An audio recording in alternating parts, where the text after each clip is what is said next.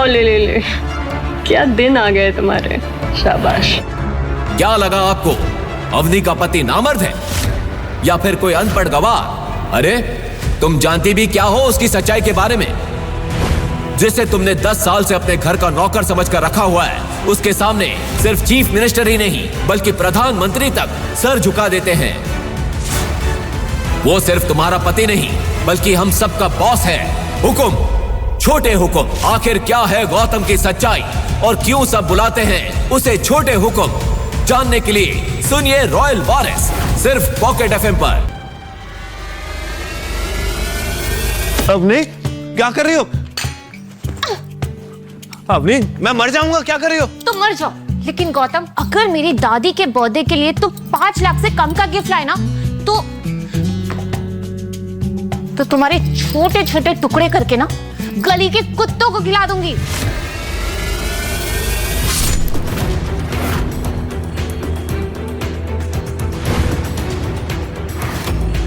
Thank God आज तो बच गया। अवनी तुम फिक्र मत करो, मैं ऐसा तोहफा लेके आऊंगा कि दादी क्या तुम्हारे भी होश उड़ जाएंगे। I promise. एग्जैक्टली। और अगर ऐसा नहीं हुआ तो ऐसे ही होगा। बेटा। जोधपुर की करोड़पति business family Agarwal and Sons की हेड गायत्री देवी का जन्मदिन मनाया जाने वाला था। शहर के बड़े बड़े रईस उस पार्टी में आने वाले थे, तो जायज है अवनी चाहती थी कि उनकी तरफ से उसकी दादी को दिया जाने वाला गिफ्ट बेशकीमती हो। लेकिन गायत्री देवी की पोती अवनी बहुत परेशान थी क्योंकि उसके दादाजी ने उसकी शादी किसी अनजान वजह से इस बेहद गरीब लड़के गौतम से करवा दी थी। उसकी दादी वैसे ही उससे नीचा दिखाने का कोई मौका नहीं छोड़ती थी, इसलिए अवनी चाहती थी कि वो अपनी दादी साहब को एक महंगा गिफ्ट दे ताकि सबके सामने उसका औहदा बना रहे।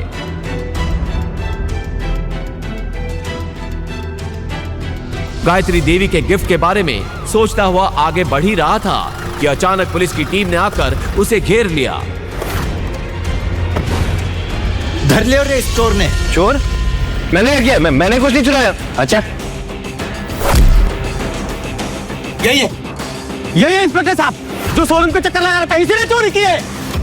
दादी साहब का बर्थडे गिफ्ट लेने के लिए गौतम शहर की सबसे महंगी और लग्जरियस ज्वेलरी शॉप के सामने खड़ा था। ग्लास के पीछे चमक रहे करोड़ों के डायमंड नेकलेस को देखकर वो कुछ सोच ही रहा था कि तभी अबे ओ भिखारी की औलाद, क्या देख रहे हैं आप? यहाँ पे एक एक जेवर 5 लाख से शुरू होती है। तेरी औकात है क्या यहाँ पे? चल भाग यहाँ से। सिर्फ देख ही तो रहा हूँ, देखने के पैसे लगते हैं क्या? तेरी औकात है क्या देखने के? चल निकल। मैं तो सिर्फ सामने खड़ा था, मैंने कुछ नहीं चुराया। अच्छा थाने चल, वहाँ के तेल बिगे डंडे हैं तो उससे खुद उगलवा लेंगे कि तूने चोरी कैसे की और इतनी सी देर में हार किसने दे आया।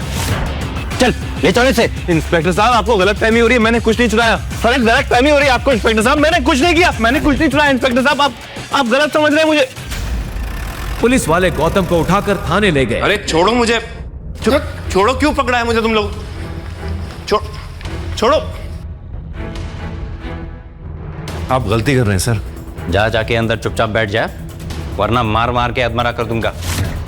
और सुन, उस कोने में मत बैठना, अभी तेरे जैसे एक चोर को इतना पीटा है कि साले का मुंह निकल गया है। इंस्पेक्टर साहब आपको गलतफहमी हुई है, मैं कोई चोर नहीं हूँ, मैं अवनी अग्रवाल का पति हूँ। क्या? अच्छा तो तू है अग्रवाल फैमिली का वो निठल्ला घर जमाई, अमीर बीवी को लुभाने के लिए चोरी कर रहा था। डालो इसे अंदर। सर प्लीज मेरी बात सुनिए, मैंने कुछ नहीं किया है। देखिए आपको गलतफहमी हो रही है, मैंने कुछ नहीं किया है सर। हेलो अवनी मैम, अरे आप अपने रखेल जैसे पति को पैसे क्यों नहीं देते? यहाँ हमारा काम बढ़ जाता है। क्या हुआ इंस्पेक्टर? अरे आपका मन बहलाने के लिए आपका राजकुमार सुनार की दुकान से चोरी करता हुआ पकड़ा गया। व्हाट? ये चोरी भी करने लगा? इंस्पेक्टर आपको उसे मारना है, पीटना है, आपको जो करना है आप करिए, मैं उसे छुड़ाने नहीं वाली हूँ। पता नहीं दादाजी ने किस चोर को मेरे गले बांध दिया। गौतम को भी अब समझ नहीं आ रहा था कि वो इस लॉकअप से कैसे निकलेगा। उधर इंस्पेक्टर भी उसकी एक भी बात सुनने को तैयार नहीं था और उसी से ज्वेलरी शॉप में चोरी हुई डायमंड नेकलेस निकलवाने के जिद पे अड़ा था।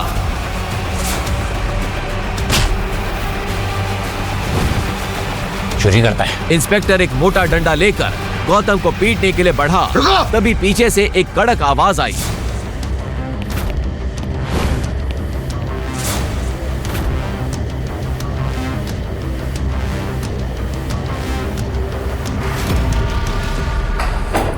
सर, तुम्हारी हिम्मत कैसे हुई?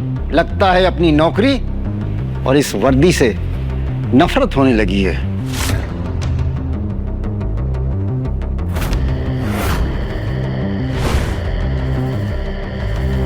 हुकुम, आपको यहां जो परेशानी हुई उसके लिए मैं आपसे माफी मांगता हूं। सर, ये आप क्या कर रहे हैं सर?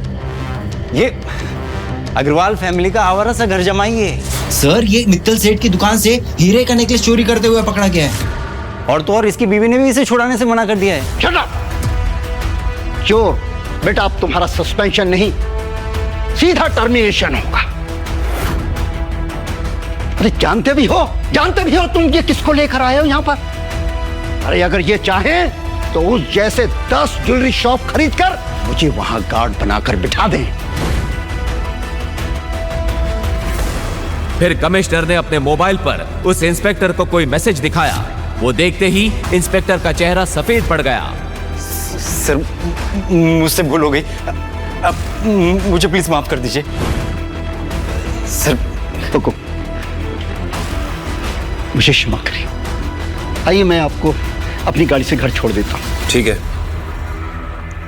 मैं सब भूल जाऊंगा, लेकिन एक शर्त पे। हुकुम। आपको भी मेरा ये राज भूलना होगा। मेरे इस राज के बारे में कानो कान किसी को खबर नहीं होनी चाहिए, खासकर मेरी बीवी को। हुकुम। गौतम के इतना कहते ही पूरे पुलिस स्टेशन में हंगामा मच चुका था। लेकिन एक सवाल, क्या सच में गौतम कोई चोर था या इसके पीछे कोई गहरा राज छुपा था? और क्यों कमिश्नर ने उसे हुक्म कह के बुलाया? आगे एक ऐसा राज खुलेगा जो आपके होश उड़ा के रख देगा। गौतम जैसे ही थाने से बाहर निकला, एक लग्जरी कार आकर वहां रुकी। उसमें से एक बुजुर्ग शख्स उतरे और उन्होंने गौतम के हाथ में एक छोटा सा बॉक्स दिया।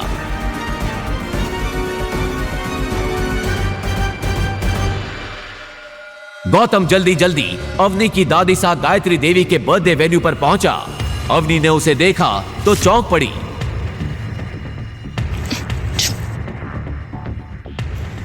यहाँ कहाँ से आ गए? चोर कहीं के। किसने छुड़ाया तुम्हें थाने से? वहीं पड़े पड़े सड़ जाते ना तो अच्छा होता। मैंने कोई चोरी नहीं की अवनी। ज्वेलरी शॉप के सामने खड़ा था, पुलिस ने पकड़ लिया। बड़ी मुश्किल से अपनी बेगुनाही का सबूत देकर आया हूँ। ठीक है ठीक है। कैसी सस्ती से गिफ्ट दिखाकर लेकर आए हो तुम? कितनी सस्ती पैकिंग है। छी। पैकिंग मैटर नहीं करती है, उसके अंदर गिफ्ट क्या है वो मैटर करता है ना। तुम देखोगी तो चौंक जाओगी। अरे दादी का गिफ्ट है, तुम क्यों खोल रही हो? उनको खोलने दो ना। Fine, whatever. लेकिन जब बाकी सब गिफ्ट दे रहे हो ना, तो तुम चुपके से अपना बॉक्स साइड में रख देना, ओके? पता नहीं दादाजी ने किस जन्म का बदला लिया मुझसे। मुझे जैसे करोड़पति लड़की की शादी तुम जैसे गरीब के साथ करवा दी। ना पैसे है ना इज्जत। चले हम खड़े क्यों? जाओ। थैंक यू बेटा। और तभी उस पार्टी में 4 चांद लगाने आई अवनी की cousin Shanaya. Expensive black dress पहने, हाथ में गोल्डन गिफ्ट लिए। जैसे ही उसने एंट्री ली, पूरी पार्टी की नजर उसी पर टिक गई। सबके बीच से गुजरती हुई वो सीधा दादी सा की तरफ बढ़ गई। अरे शनाया, तुमको क्या जरूरत थी गिफ्ट लाने की? दादी, क्या बात कर रहे हो? आपका बर्थडे और मैं खाली हाथ आ जाऊं? बिल्कुल भी नहीं। देखो देखो, इम्प्रेस हो जाओगे। ऐसी बात है, फिर तो देखना पड़ेगा।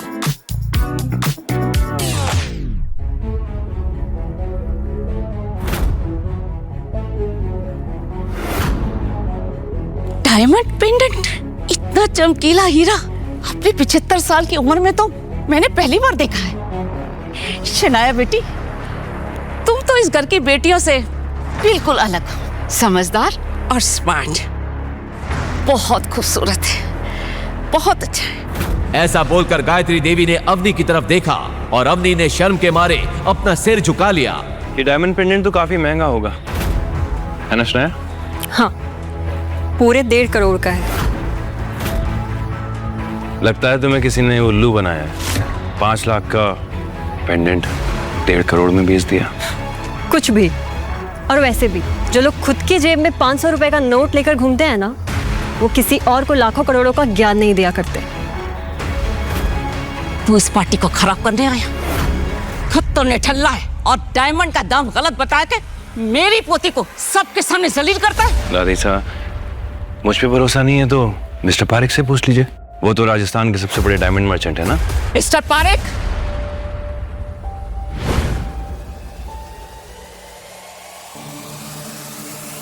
देखिए और दाम बताइए।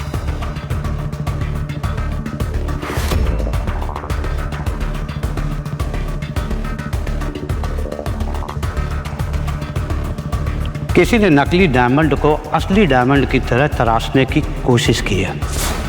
मेरी बरसों की पारखी नज़र धोखा नहीं खा सकती। किसी ने सनाया जी को ठग लिया है। अब किसी ने सनाया जी को ठगा है या फिर वो खुद बढ़ा चढ़ा के इसके पैसे बता रही हैं, ये तो शनाया जी ही जाने। सनाया जी, अब आप बताएंगे कि मैं बताऊं? अरे मिस्टर पारेख, मैं ही बता देता हूँ।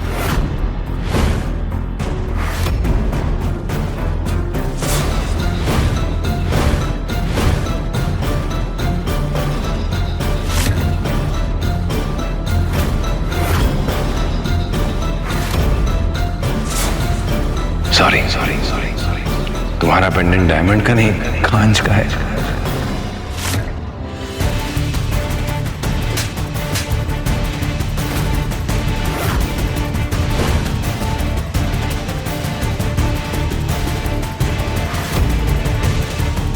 तेरी इतनी औकात कि मेरी पोती के लिए बोले?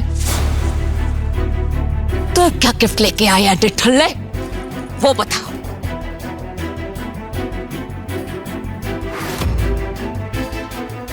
ये भी 2 कौड़ी का होगा। मिस्टर पारेख, मौका लगे तो इस तोहफे को भी परख लीजिएगा। आज से, बल्कि अभी से, मैं इस अग्रवाल खानदान से सारे नाते तोड़ता हूं। दादी साहब, थप्पड़ नहीं मारना चाहिए था। जिस कुत्ते को आपने 2 साल तक पाला, वो आज ये घर छोड़ के जा रहा है। लेकिन एक दिन आएगा कि आप खुद अपने घुटनों के बल बैठ के माफी मांगेंगे, तब बात करेंगे।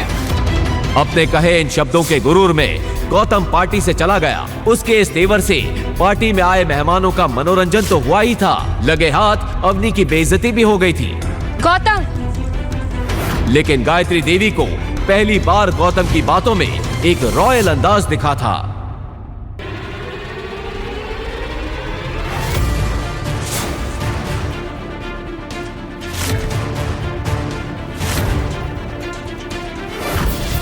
गौतम, अरे गौतम को रोको कोई, गौतम को रोको कोई। अवनी के लिए दिल में प्यार था, इसलिए गौतम ने उसे माफ कर दिया। लेकिन बाकी परिवार और दादी सा के लिए उसके दिल में गुस्से की चिंगारी अभी भी जल रही थी। अगले ही दिन अपने जख्मों को मुस्कान के पीछे छुपाए और अपनी खटारा साइकिल उठाकर गौतम अवनी के दोस्तों को लेने एयरपोर्ट चला गया।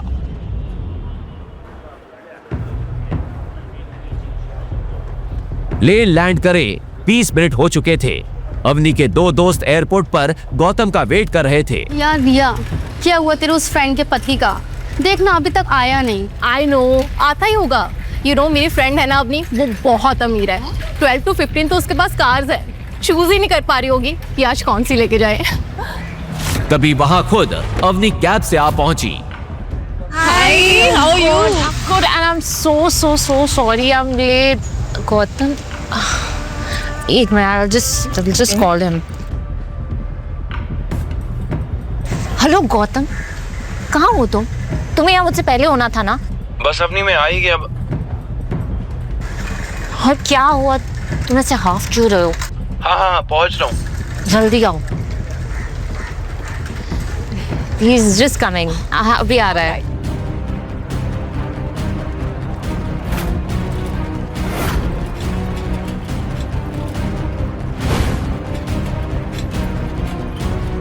सॉरी, थोड़ा लेट हो गया। गौतम को देख रिया को तो यकीन ही नहीं हो रहा था कि कोई इंसान साइकिल पर किसी को लेने एयरपोर्ट कैसे आ सकता है, और अवनी तो शर्म से पानी पानी हो रही थी। छी अवनी, तेरा ये भिखारी पति अभी तक भिख मंगा है, हमें एयरपोर्ट पे लेने अपनी खटारा साइकिल पे आ गया। छी, ये अवनी का पति है।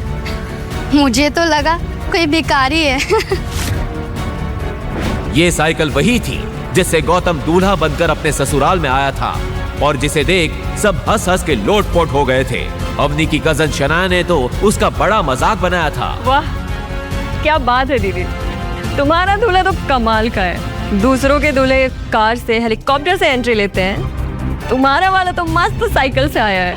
अवनी, अभी भी समय है, भाग जा इस शादी से, वरना आज तो तेरी फैमिली तुझ पे हंस रही है। कल को ये पूरा शहर इस बात का मजाक उड़ाएगा कि इतनी खूबसूरत और करोड़पति पत्नी का पति एक भीख मंगा है।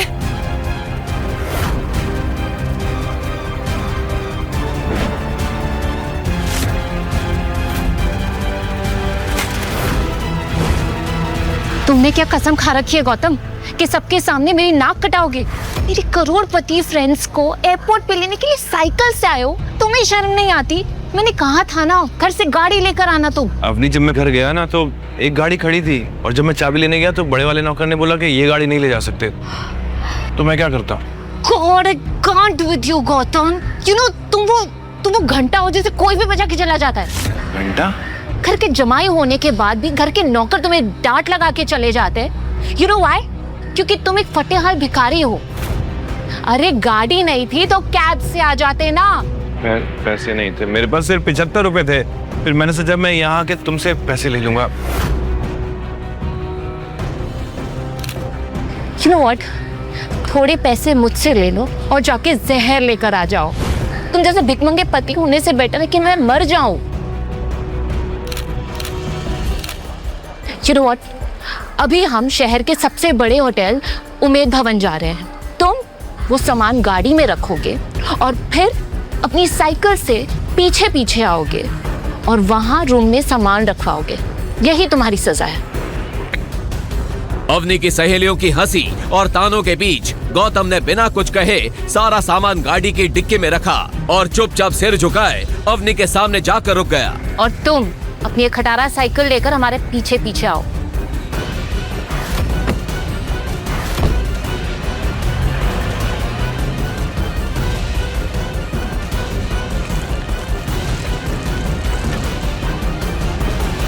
अवनी की फ्रेंड रिया और उसकी फ्रेंड्स उस होटल के रिसेप्शन पर पहुंचे।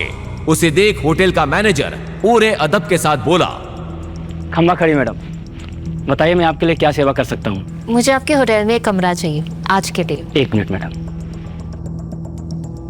आई एम सॉरी मैडम, दरअसल खुद सीएम साहब अपनी पार्टी के लोगों के साथ यहाँ पर रुके हुए हैं, तो हमारे पास कोई भी रूम खाली नहीं है। क्या? मैं आपको 10 गुना ज्यादा पैसे देने के लिए रेडी हूँ। आप प्लीज एक कमरा अरेंज करके दीजिए। सिर्फ आज नहीं, अगले 3 दिनों तक हमारे पास कोई भी रूम खाली नहीं है, क्योंकि सीएम साहब अगले 3 दिनों तक यहाँ पर रुके हुए हैं। आप जानते हैं मैं कौन हूँ? देखिए, आप कुछ भी करिए और मेरे फ्रेंड्स को एक कमरा अरेंज करके दीजिए please. I am sorry madam, जब तक सीएम साहब यहाँ पर रुके हुए हैं मैं आपको रूम अरेंज नहीं कर पाऊंगा, तो प्लीज आप किसी दूसरे होटल में मैनेज कर लीजिए। क्या यार रिया, तू तो बहुत बड़ी बड़ी बातें बोलती रही अवनी के बारे में कि इस शहर के सबसे बड़े खानदान से है, और ये क्या, एक रूम तक अरेंज नहीं कर पाई? हाँ यार अवनी, मुझे सच में लगा था तू है तो सब सही होगा, लेकिन ये क्या? I am sorry guys, trust me, अगर ये सीएम का इशू नहीं होता ना तो हम इसी होटल में रुकते। पास में एक टेन है। वेल, इस होटल जैसा तो नहीं है पर वो भी काफी अच्छा है। Let's go there please. Let's go. वो कुछ कदम आगे चले ही थे कि गौतम वहां आ पहुंचा। सॉरी, वो देर हो गई, सॉरी, बहुत लंबी चढ़ान आ गई थी। तुम लोग अभी तक चेक इन नहीं किया? क्या हुआ, सब ठीक तो है ना? सब ठीक कैसे होगा? मेरे दिन की शुरुआत तुम्हारी शक्ल देखकर जो होती है। जब से तुम आए हो ना कुछ सही नहीं है। काश तुम्हारी जगह इस मैनेजर से शादी कर ली होती तो आज कुछ जुगाड़ हो जाता। अरे सर, सर आप यहाँ?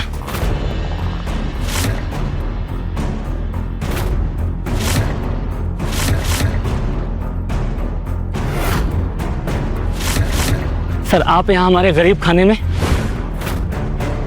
सर हम धन्य हो गए सर। सर हमारा सौभाग्य सर कि आप सर यहाँ पर आए। सर अब आप आ ही गए हैं तो मैं आपको अपने होटल का सबसे लग्जरियस रूम बुक कर देता हूँ। ये क्या बकवास है? हमारे लिए आपके पास अगले 3 दिन तक कोई कमरा नहीं है और इस भिखारी के लिए special room. How?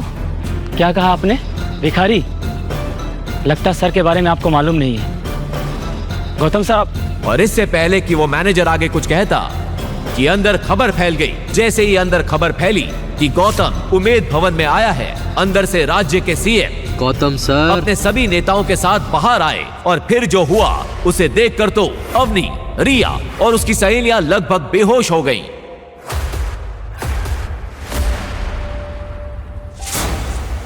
Gautam sir कैसे हैं सर आप? सर तो आखिरकार आपसे मुलाकात हो गई। सब सच कह रहे थे। आज मेरा और मेरी पार्टी का लकी डे है सर। इलेक्शन आ रहे हैं सर, आपकी कृपा दृष्टि हम पर बनाए रखिएगा सर। पूरे राज्य में सब एक ही बात कहते हैं सर, जिसके सर पर गौतम जी का हाथ है उसी की सरकार, उसी का विकास है। बस गौतम सर आपसे सहयोग की आवश्यकता है। अपनी इतनी खातिरदारी देखकर जहां गौतम अनकंफर्टेबल फील कर रहा था, वहीं दूसरी ओर अवनी और उसके दोस्त हैरान थे कि गौतम के आगे राज्य का चीफ मिनिस्टर और शहर के सबसे बड़े 5 स्टार होटल का मैनेजर हाथ जोड़े खड़े थे। तभी गौतम ने आंखों ही आंखों में उन दोनों को कोई इशारा किया। इशारा पाते ही सीएम की टोली अपने रास्ते निकल गई। उनके जाते ही गौतम सबसे हिचकिचाते हुए बोला, क्या चल रहा है इस होटल में? पता नहीं लोग मुझे कौन सा गौतम समझ रहे हैं। तभी तो मैं ये सोचूं कि गौतम जैसे भिखमंगे के साथ सीएम सर हाथ क्यों मिला रहे थे। जमाई जी, जमाई जी, जमाई जी। और तभी वहां भागती हुई अवनी की दादी गायत्री आ पहुंची। उनके हाथ में अब तक गौतम का दिया हुआ गिफ्ट था। जमाई जी हमें माफ कर दीजिए, हमसे बहुत बड़ी भूल हो गई। हमारे घर में हीरा था और हमने उसकी कदर नहीं की। जब तुम्हारा तोहफा देखा तब मुझे समझ में आया कि हम कितने बड़े बेवकूफ थे। अरे तुम्हारा तोहफा तो करोड़ों रुपयों के हीरे जवाहरात से भी ऊपर है। हमसे बहुत बड़ी भूल हो गई, हमें माफ कर दो। जवाई जी हमें माफ कर दो।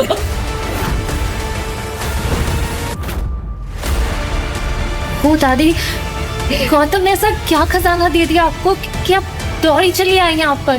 दिखाओ जरा, 1 मिनट। जब अवनी और उसके दोस्तों ने वो तोहफा खोला तो सबकी हवाएं उड़ गईं। आखिर ऐसा क्या गिफ्ट दिया था गौतम ने? क्या सच में गौतम कोई बड़ा आदमी है? अगर है तो वो कौन है? कोई माफिया, पॉलिटिशियन, बिजनेसमैन या कहीं का किंग? लेकिन अगर वो इतना अमीर और पावरफुल है तो ऐसे गरीबों और लीचड़ों वाली लाइफ क्यों जी रहा था? यहाँ पर बस इतना ही। इन सभी सवालों के जवाब के लिए नीचे दिए लिंक पर क्लिक करें और पॉकेट एफएम पर सुने एक ऐसी कहानी जो पहले ही दिन से बनी हुई है, पूरे इंडिया की पहली पसंद। तो अभी डाउनलोड करें और सुने रॉयल आगे की कहानी जानने के लिए देखिए अगला एपिसोड सिर्फ पॉकेट एफएम के YouTube चैनल पर और रॉयल वारिस के सारे एपिसोड्स को सुनने के लिए डिस्क्रिप्शन में दी लिंक से डाउनलोड करें पॉकेट एफएम ऐप।